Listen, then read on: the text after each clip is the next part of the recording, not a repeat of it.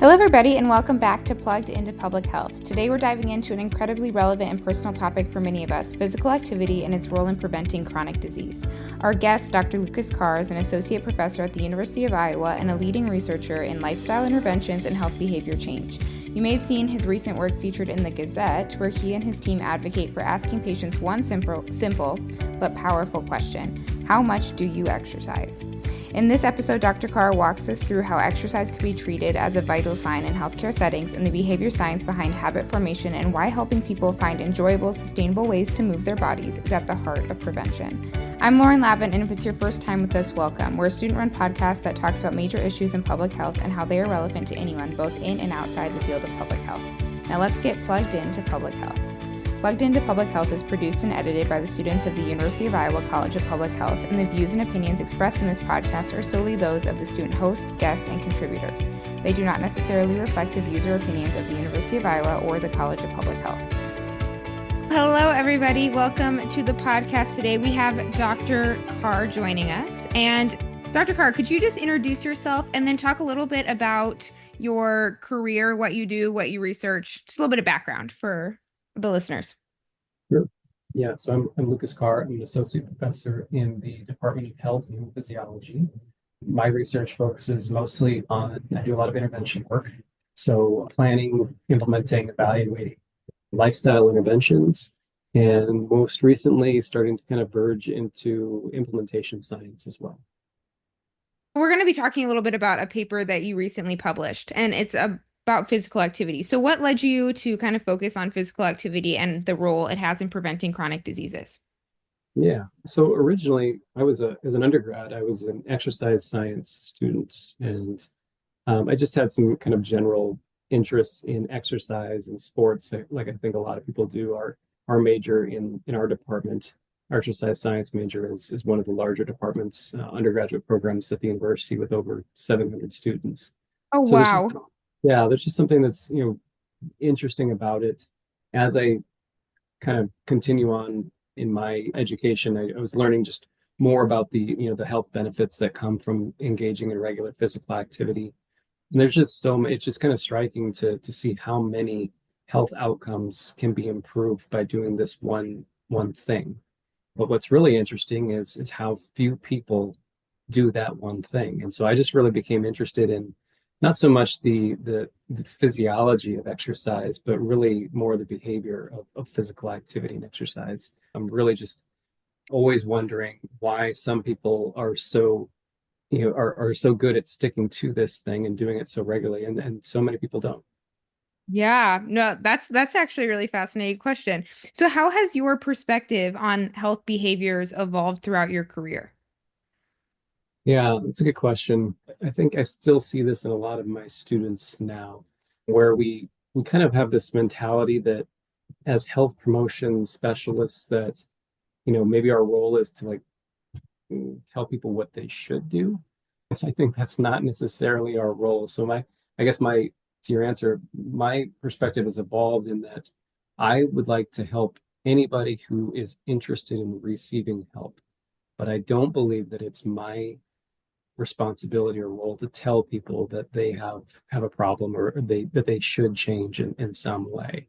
I think that goes beyond what we're supposed to be doing here. So my research earlier was really focused on like sedentary office workers and certain kind of niche populations like that. But I was starting to find that population tends to have all of the resources that they really need to engage in healthy behaviors if they want to. And I was feeling like I was the person who was trying to drag people into these interventions and drag them across the finish line.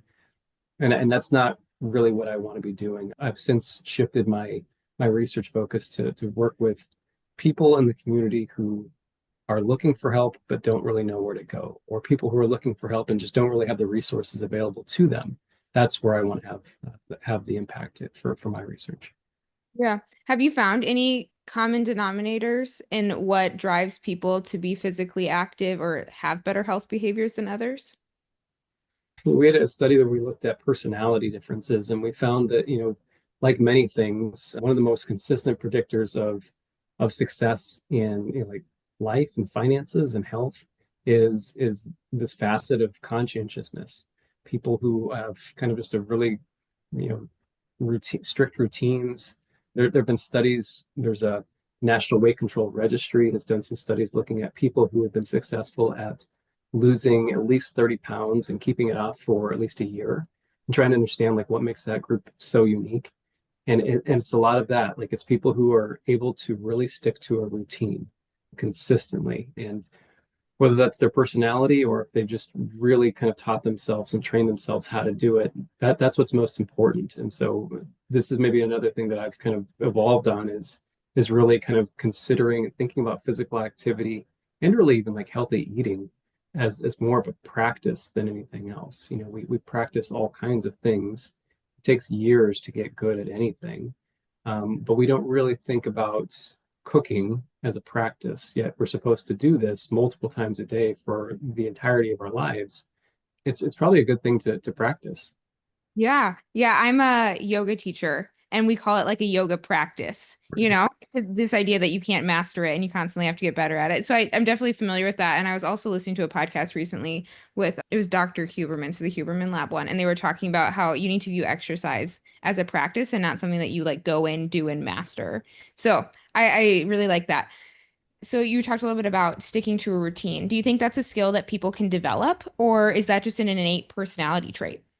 I really think it can be. I think we have, you know, there's two levels of thinking. There's like the active level, you know, if you're actively trying to make a change that requires energy, you know, pursuing something on a regular basis, that can work to a point, but what really tends to result in like long-term behavior change is more of like the non-conscious processes, the habit formation stuff. And the research has, you know, there's been some research on habit formation and like how to go about creating effective habits, but surprisingly, it's really limited. There's been a couple of papers trying to figure out how long does it take to establish a habit? What are the key features that are required to establishing habit or quitting something that is habitual, like smoking or, you know, substance abuse? And we just don't really know enough about it. But there are some things that we do know. I've played around with this a little bit myself. I teach a class on health behavior change, and we do focus on habit formation and you know, non-conscious processes of thought. And what seems to be really, really important is the cue and you know, how we design habits. Like if you want to start a new habit, it does require, you know, active energy and thought and kind of designing this. And then I think it takes practice and repetition. And with practice and repetition, we can develop habits. We do this all the time. It's just a matter of designing this in a way that benefits us rather than something that just kind of happens to us. Yeah, that makes sense. Okay, so now we're going to turn our attention to that recent study that you published. So could you provide an overview of it and how it links physical activity levels to the risk of chronic disease? Yeah. So the study that we published is in preventing chronic disease. And this was kind of it's sort of a labor of love, kind of a long-term project that I've been working on with some colleagues for the last few years. So back in 2018, well, I'll go way back. In 2007, the American College of Sports Medicine established an initiative called Exercise as Medicine. And basically what that suggests is because of all the known health benefits that come with physical activity, it is recommended that healthcare providers treat physical inactivity like a vital sign. And what that means is just like if you go to the doctor, they always measure your heart rate, they always collect your weight and your temperature and those things. The recommendation is we should be doing that for physical activity as well. Something that is really easily measured, and we should be doing this for every patient during every visit. Unfortunately, most healthcare settings organizations don't do this. And one of the big reasons is there's not a whole lot of money in exercise and in prevention work. That's one reason. So fast forward to 2018, I had just been promoted here and I wanted to kind of really consider what did I want to do with my work and my scholarship. And what I really wanted to do was kind of make this focus towards clinical populations and focusing on people who actually needed help. And the only way to figure out to identify those people is to ask people about their physical activity. And so I worked with some folks in our family medicine clinic. Dr. Britt Markison is a provider in family medicine. And I reached out to him and asked, is there any opportunity for us to begin screening patients for physical inactivity in family med? And Britt has kind of a dual appointment in sports medicine and family medicine. So he's a person who I didn't really have to sell him on this idea. He was already in. And he said, yeah, we could do this. So in 2018, we started really, really small, and we started screening patients, just the patients who come in for annual wellness exams in family medicine. So it's only like 10% of all patients who come to family medicine.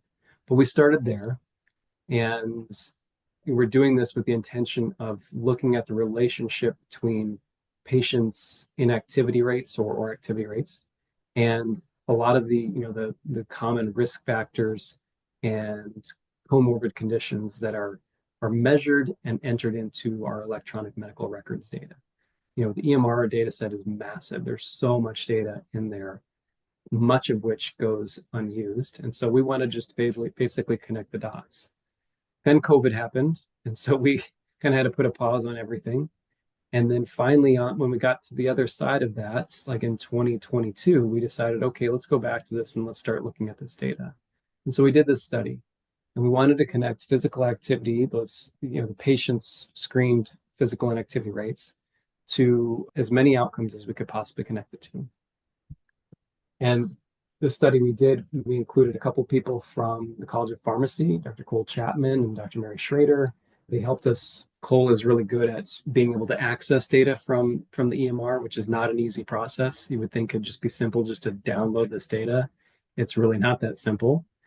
So we had to kind of come up with a lot of rules on how to do this. And essentially then once we had his help, we were able to get this big data set and start looking at these relationships. And what we found was, not really surprisingly, but we found that patients who were physically active or meeting the physical activity guidelines were at lower risk for 19 different comorbid conditions that we knew or already knew that these were related to inactivity. This study really just took a concentrated effort to really look for patients at Iowa. If we screen them for inactivity, what does that tell us about their overall health and well-being? And it tells us quite a bit, actually. And so it really supports this argument that we should be treating this as a vital sign. We should be screening patients for inactivity.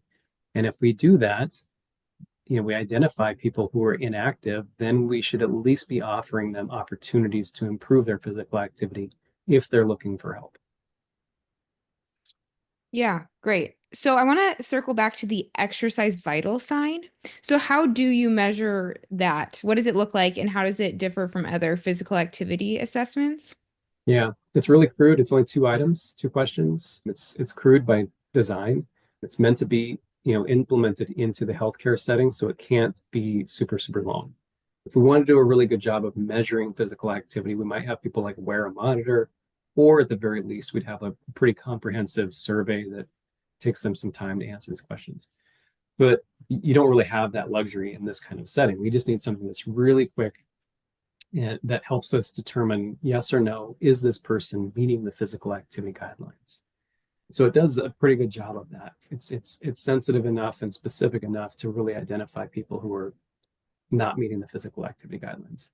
It is limited in that the 2 questions are, one, how many days per week do you engage in moderate to vigorous intensity physical activity? The person answers, how many days per week? And then on those days, how many days do you engage in, or how many minutes per day do you engage in activity at that level? So you answer those 2 questions. If you multiply the result, it gives you minutes per week of moderate to vigorous physical activity, which is really just the aerobic physical activity. It doesn't ask any questions about like muscle strengthening activity, which is a really important part of the physical activity guidelines. So it is limited in that way. But that's what it looks like. A person at Iowa, when they come in for the annual wellness exam, they would probably complete that on a tablet, either prior to check-in or when they do check in, they would do that while they're sitting. So it's pretty quick. And then my other question that came to mind is the goal of this research to try to draw a causal link between exercise and reduction in disease occurrence, or is it supposed to serve as an indicator? Like, because we know this about you, we could assume these other things. Yeah, we use it as an indicator. It's just a screening tool at this point. There would be potential ways to start looking at like causal relationships. If you were to ask this question every time a person comes in and really treat it as a vital sign, then you would be able to look at their patterns of physical activity over time. And you could probably look at those relationships versus like patterns of risk factors, other things that are measured over time. And you could probably start to make a case for looking at like some causal relationships. We haven't looked at it in that way. We just look at it as a screener. Just like if you come in, you have your blood pressure taken, your blood pressure is high, your doctor's going to say something about that, right? Like we need to get this under control. That's the same way that we should be looking at physical activity.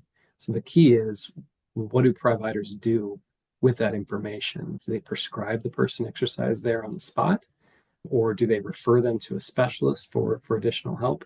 So that's the other part of my research that we focus on. So have you thought about like what that would look like what an exercise prescription would look like, or what the connection is to those services that they need, like in an ideal world? Yeah, so the American College of Sports Medicine does have some really good tools that's available. They were designed specifically for providers to use in the moment. There's like a one-page exercise prescription tool. It's like a provider fills it out, signs it just like they would any other kind of prescription. And that would include some information about like how many days per week are they going to exercise, for how many minutes, what are they going to do. Some providers, like the evidence suggests that not all providers feel comfortable doing that because they just don't get a lot of training or any training on exercise counseling when they become a doctor. And so what we have done is we've designed actually in our electronic medical record system here, we've connected the exercise vital sign to a health coaching referral scheme, basically. So if a patient reports low activity, they are automatically asked a follow-up question, yes or no, would you be interested in meeting with a free health coach who can help you achieve some of your health-related goals? If they say yes, then the provider gets alerted, they get nudged to add some health coaching instructions to the patient's my chart and their after visit summary report. So like when you go home, they get that little printout. There's a little QR code there that the patient could scan, and they could connect with a health coach in that way.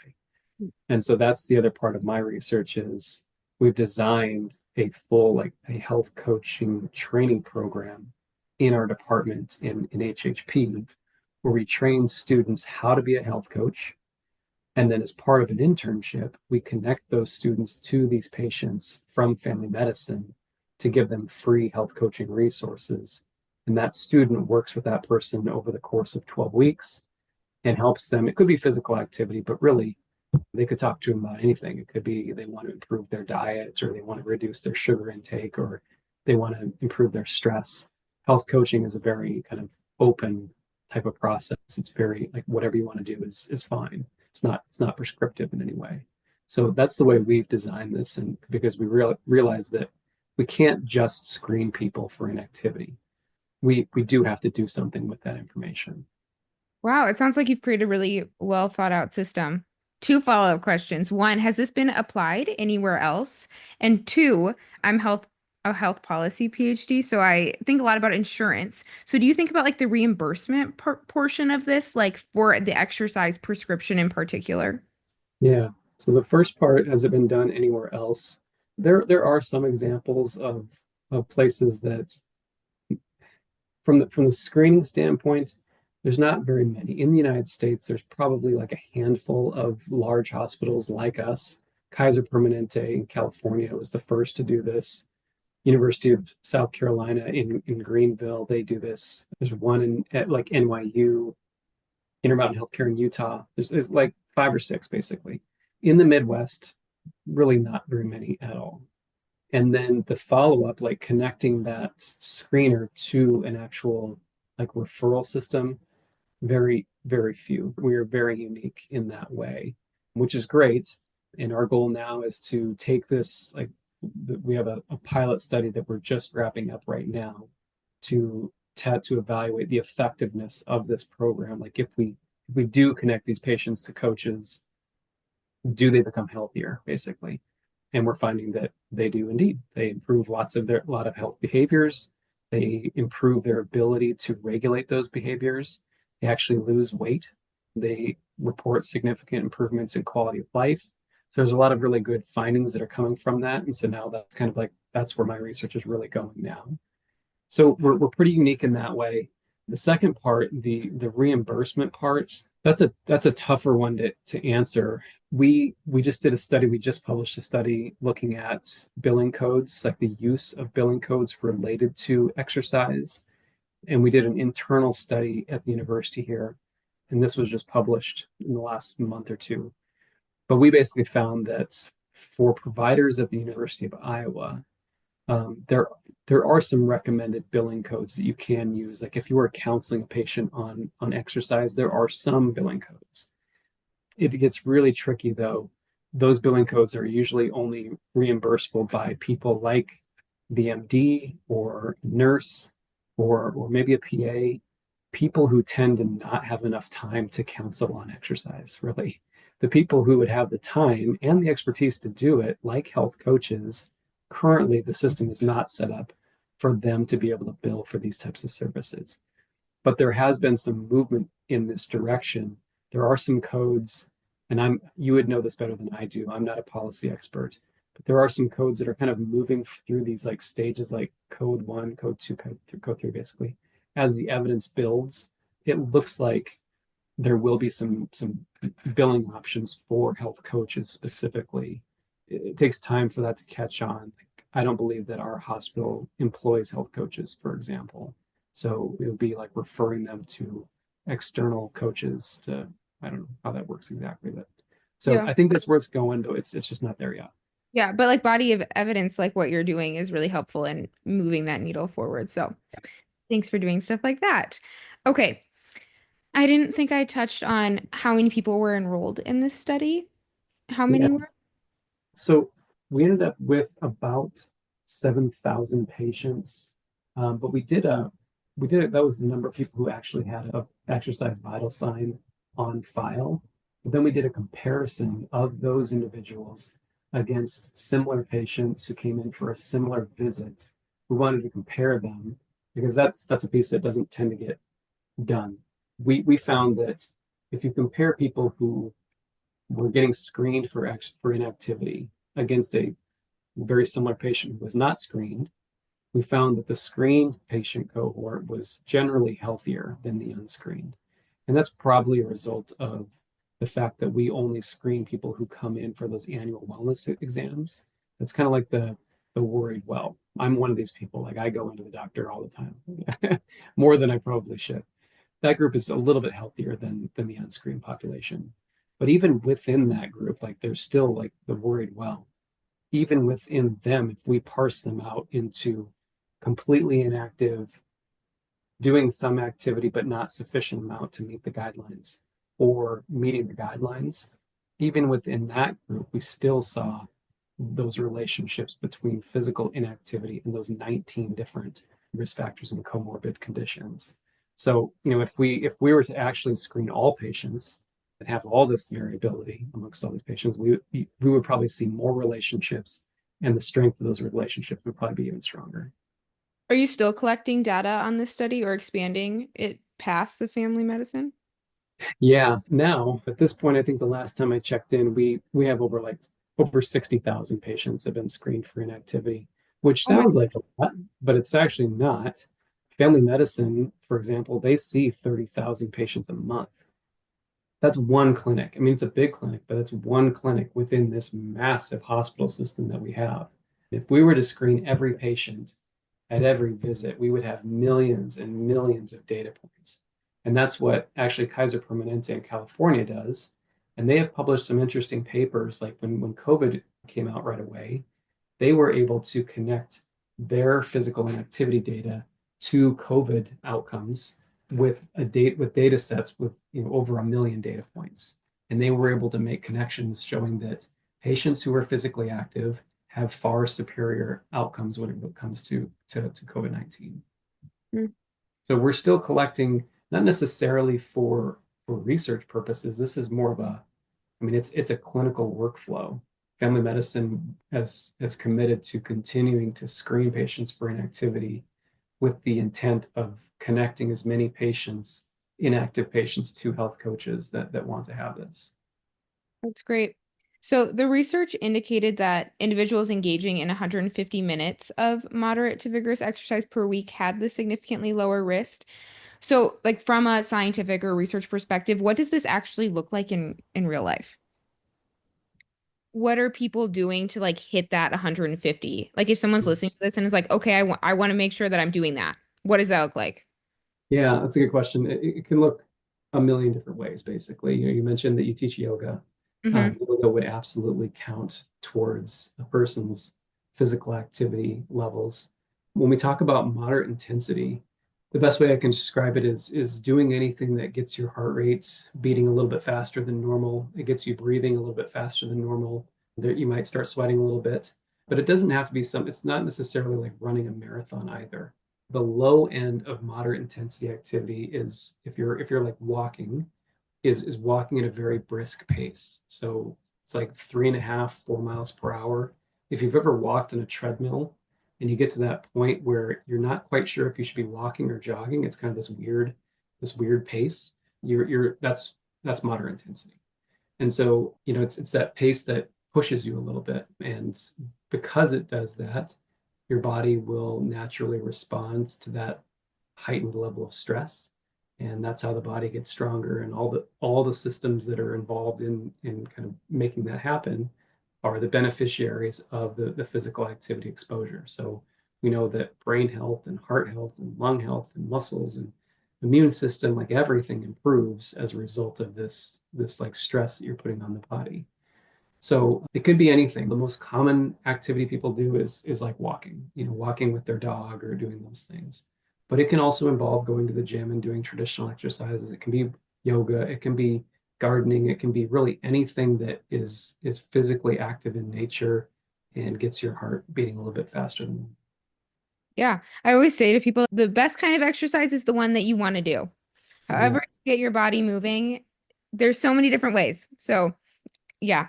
And especially like if you're listening to this and you're at the University of Iowa, the group fitness that they offer here is really great and like a really easy way to start if you're like uncertain about even what to do in a gym. I feel like that's always a great way to start. absolutely. You recommended that healthcare systems routinely assess patients' physical activity levels. What challenges do you foresee in implementing this practice, like beyond I mean, like you could talk about the University of Iowa, but even beyond that, if other places wanted to adopt something like this? Yeah, like I mentioned, one of the big challenges of doing this routinely is making this argument that it's worth it, like that it works. Like that's what we've run into. Family medicine, thankfully, was willing to do this on a small scale as we've approached other clinics at the university here to say that you should do this too, because the recommendations are obviously like if you're a patient that's going to see a cardiologist, the recommendations are that for anybody who has at least one cardiovascular disease risk factor, they should be receiving some sort of behavioral counseling help to improve their physical activity and to improve their diet. That's what the United States Preventive Services Task Force has said.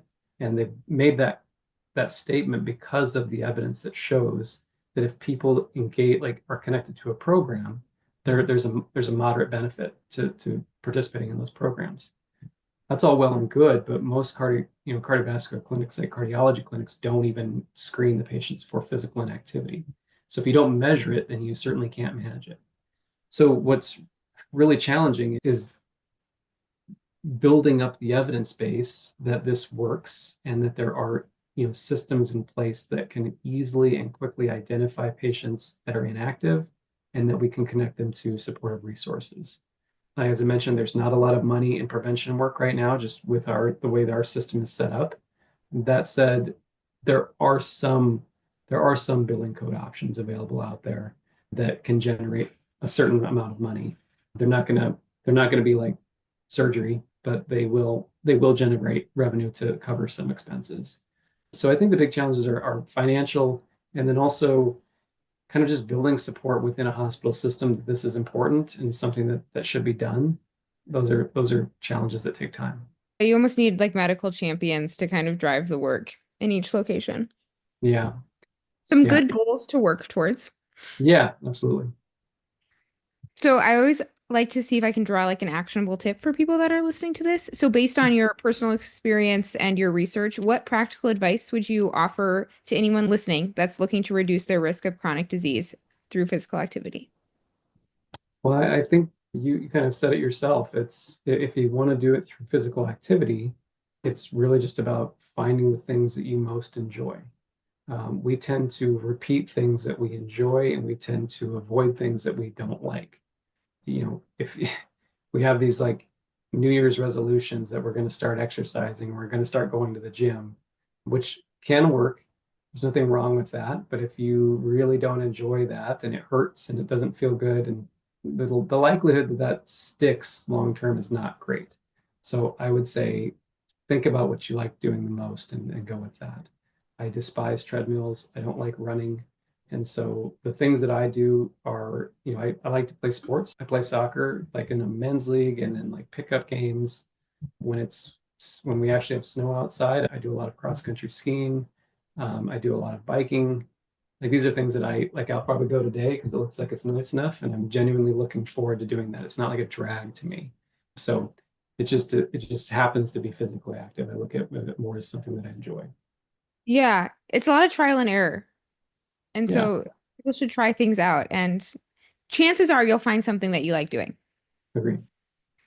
Okay, final question. All of that information was great. I have a lot of like little bits that I'll probably be chewing on for the next couple of hours, and especially when I come back to edit this. But our final question is always just fun, low key, doesn't have to relate to anything that we've talked about. But what are you currently reading or watching right now, and would you recommend it? Yeah. What I'm reading is a book by a guy named Rick Rubin, who was a music producer, produced the Beastie Boys and all kinds of just great artists. And he wrote a book called The Creative Act, A Way of Being, which is a really fun, simple, easy read. It's just super, super enjoyable. I think it's both useful and entertaining. So I would highly, highly recommend it. I'm going to have my graduate students read it if they will do so. I think it's great. I've heard of that book, and it's on like my list of reading that's a mile long, but I don't have time for it? Oh man, So I need it's a to move it right. up. Yeah, Mm-hmm. it's good. Well, thank you so much for being on the podcast today. I really enjoyed it. You've been a great guest. Thanks for having me. Appreciate it. That's it for our episode this week. A big thank you to Dr. Carr for joining us and sharing his insight on how we can make physical activity more accessible, measurable, and meaningful in both clinical settings and everyday life. Some of my big takeaways: physical activity doesn't have to be complicated. It just needs to be consistent. Whether it's gardening, biking, or group fitness, what matters is building a routine around movement that feels enjoyable and sustainable. Dr. Carr's work shows us that treating exercise like a vital sign isn't just possible, but it's really powerful.